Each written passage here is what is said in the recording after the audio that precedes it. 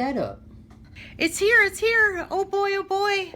My Amazon packages came today, which means one day early, I can fix the dryer. Fingers crossed. What do you say, Miri? Does that sound good? Miri? Yeah. All right, so things have been unboxed, and as we figured out last time, the GoPro, which I am lovingly going to call No Pro, was less than perfect, let's say.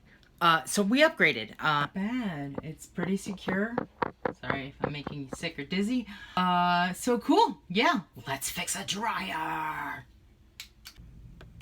Previously on fixing the dryer, something I didn't explain very carefully was that this is my dryer face down on the floor with its back ripped off. Here's the back of it. Here it came off with a bunch of these little screws as well. And the culprit, dun dun dun, the evil villain, thermal fuse. And to the rescue, new fuse. So now we have Fixing the Dryer Part 2, the sequel. So what we're going to do now is we're going to put the new thermal fuse on the back of the dryer. And you just got to slide it into that notch again, right there. And make sure it's sitting in, well, hello, sitting in properly. And then we're going to screw it right back in using those 1/4-inch hex screws that it comes with, like so. That goes in nice and easy. There we are.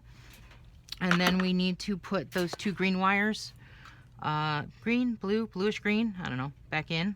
We're just gonna connect those on there. So that, in theory, cross your fingers, is going to fix the dryer. Okay, so we've got it back upright again. We've got the fuse in. We're going to plug it in. Let's hope it goes. Okay, good sign. It's spinning. We know this. So we're going to let it heat up a little bit. Ha ha ha! Heat! Glorious heat! Oh, that's wonderful. Okay, remember how I said that screw was lost and gone forever? Well, I forgot that I had one of these guys. It is called a sweep magnet. And I sew for a living, which means there are pins on my floor all the time. So that is why I have it.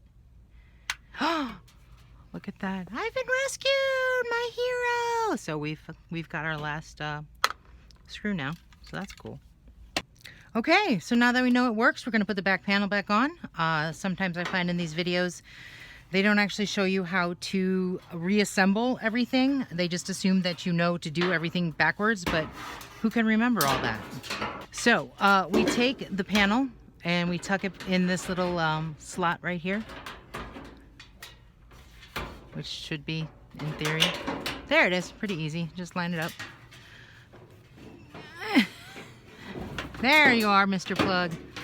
And we're just going to align it so that all of the holes are more or less where they belong. And we do have enough screws to put everything back because we went on that daring adventure and rescued that wayward screw that fell behind everything using my magnet stick, which is almost as good as an alligator wrench.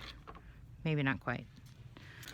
Okay, so all of the screws are back in and we've got to reattach where the vent hose goes. But before I do that, I kind of want to clean out this monster.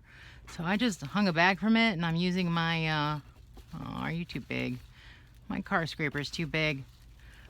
Okay, I was worried about that. So I have a backup plan. Wire hangers. Who says they're not good for anything? All right, so we're gonna get some of this nasty schmutz out of here to make sure we don't blow the fuse again, because apparently the way you blow your thermal fuse is when your vent is gross, which is pretty much our issue. All right, so that looks pretty good. Okay, we got some stuff out of there. So now we're gonna put the vent back in and it's gonna be good to go. Okay, so we got this all nice and clean and we need to attach our hose to the vent. I've put the collar on first.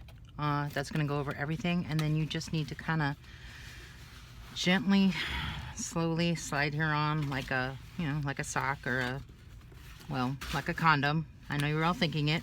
Then you slide the collar over so you're catching the edge of the vent. And where's my screwdriver? There it is. Attached. That is good and snug. Okay, we are really close to being done. So now all we got to do is get this guy back on. So how this works is, again, we just kind of want to shimmy it on to here. Come on, you. And it seems my pipe is a little warped. What does that say about me? It's like everything in my house. There are no right angles. And tighten this up. Again, we just want to tighten that collar to keep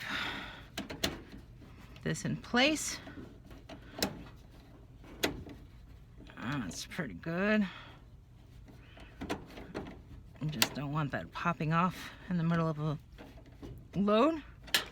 All right, awesome. So the very last bit is we're going to take this end of the hose. We're going to shove it down in there. And really, you just need to shove it because gravity. For once, gravity is your friend. And we're just going to tuck it in. And there we have it. A working, functional dryer with its alien umbilical going out the window. I am your alien overlord. So, what have we learned in this video today? We have learned that sometimes it's a $5 part and sometimes it's a $100 part. Either way, it's going to be cheaper than calling a guy to come in and fix it for you. And safer. Mostly. Even the most hopeless causes can be rescued. I did, in fact, find that screw and save it from an awful fate of being stuck behind the dryer indefinitely. I've also learned that shims are your friend. You don't know what a shim is, then you don't have a crooked house. Hope you enjoyed this video. I hope it was informative. Tell your friends, share, like, subscribe.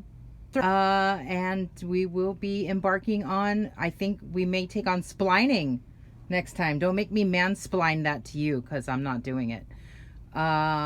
This is Karen signing off. Have a good one.